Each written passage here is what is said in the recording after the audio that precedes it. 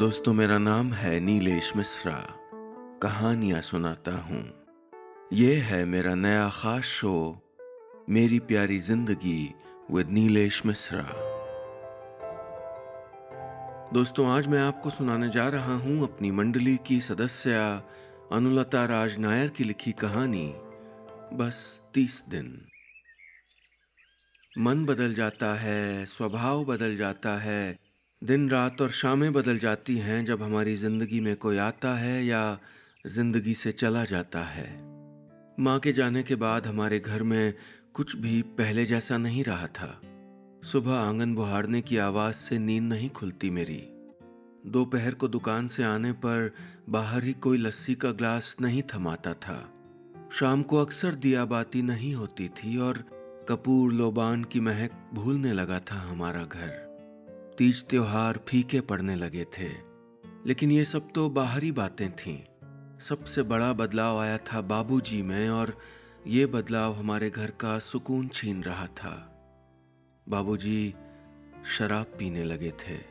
शायद माँ का 40वां हुआ होगा और उन्होंने ग्लास थाम लिया था। आज माँ को गए 6 साल हो गए और इन 6 सालों में एक शाम ऐसी नहीं गुजरी थी जब बाबूजी ने शराब की बोतल न खोली हो। रिश्तेदारों ने समझाया, पड़ोसियों ने, हमारी दुकान के आसपास वाले दुकानदारों ने भी कभी दबे कभी खुले स्वर में कहा कि वो शराब ना पिए, पर बाबूजी किसी की नहीं सुनते। उनकी इस लत से सबसे ज्यादा परेशान थी गुड्डी, मेरी छोटी बहन। वो एकदम चुप हो गई थी, जैसे माँ के साथ उसकी हंसी, उसकी शरारतें भी दफन हो गई हों। मैं उसको बहलाने की लाख कोशिश करता, पर वो किसी घोंगे की तरह अपने आप में सिमटती चली जा रही थी। माँ के बाद जैसे हमने बाबूजी को भी खो दिया था। मेरा कॉलेज का आखिरी साल था, उसके बाद नौकरी। मुझे समझ नहीं आ रहा था ऐसे कैसे चलेगा। किसी और शहर चले जाने का ख्याल भी मुझे डरा देता था। मेरे बिना कैसे रहेगी गुड्डी? और बाबूजी की सेहत?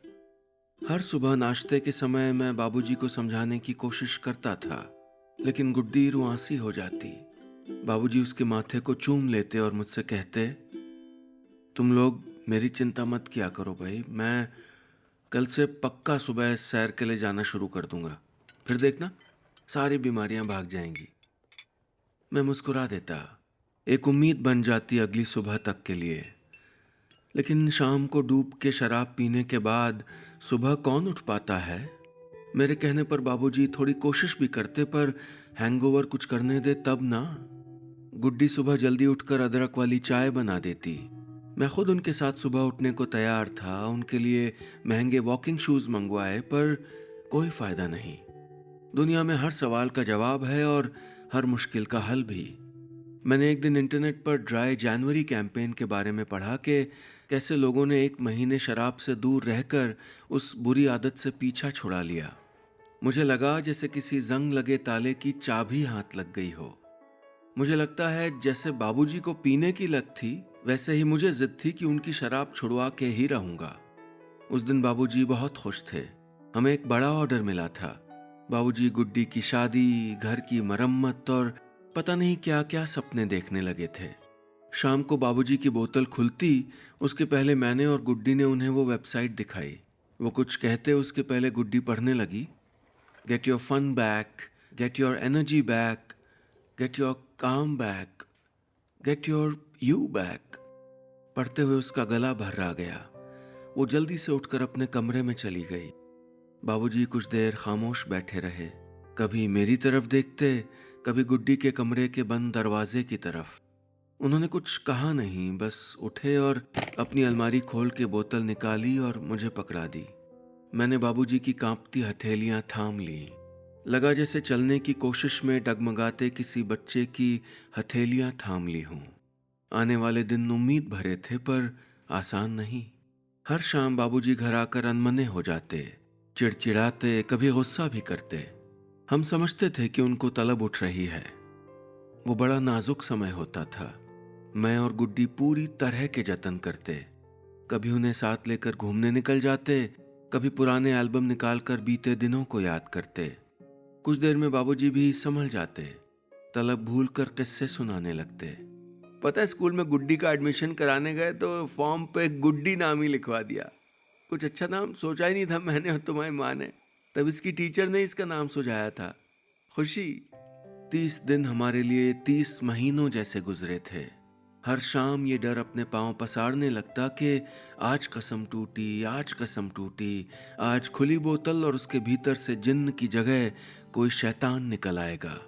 पर हमारे डर गलत साबित हुए। बाबूजी ने 30 दिन बिना शराब पिए निकाल दिए। बाबूजी ने अपना वादा पूरा किया। बेटा आज अपन समोसे खाएंगे, सालों बाद बीपी कंट्रोल में है और पता है वजन भी 2 किलो कम हो गया। बाबूजी वजन वाली मशीन के ऊपर ऐसे खड़े थे जैसे ओलंपिक मेडल जीत लिया हो। शायद जीत भी लिया था। हम सब के लिए ये किसी गोल्ड मेडल से कम नहीं था। उस शाम दुकान से निकलते हुए बाबूजी मुझसे बोले, तुम घर जाओ बेटा, मैं जरा किसी से मिल के आता हूँ।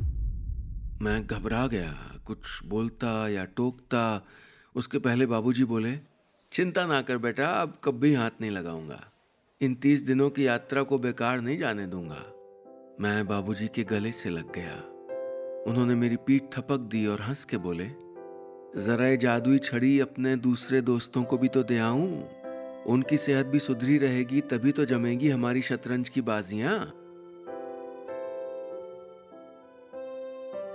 बस इतनी सी थी ये कहानी।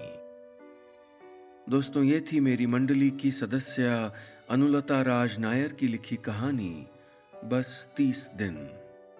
क्या आपके घर में भी किसी ने शराब से अपना गम भुलाने की कोशिश की है, या आपने किसी को ऐसा करने से रोका है? कोई किस्सा शेयर करिए नीचे कमेंट्स में मेरे साथ। और हाँ, अगर आप चाहते हैं कि आप या आपके जानने वाले शराब नहीं छोड़ पा रहे और उनको कोई मदद चाहिए, तो ईमेल करिए poisonswelove@gmail.com पर, यानी poisonswelove@gmail.com पर, या दिखाइए वेबसाइट poisonswelove.org।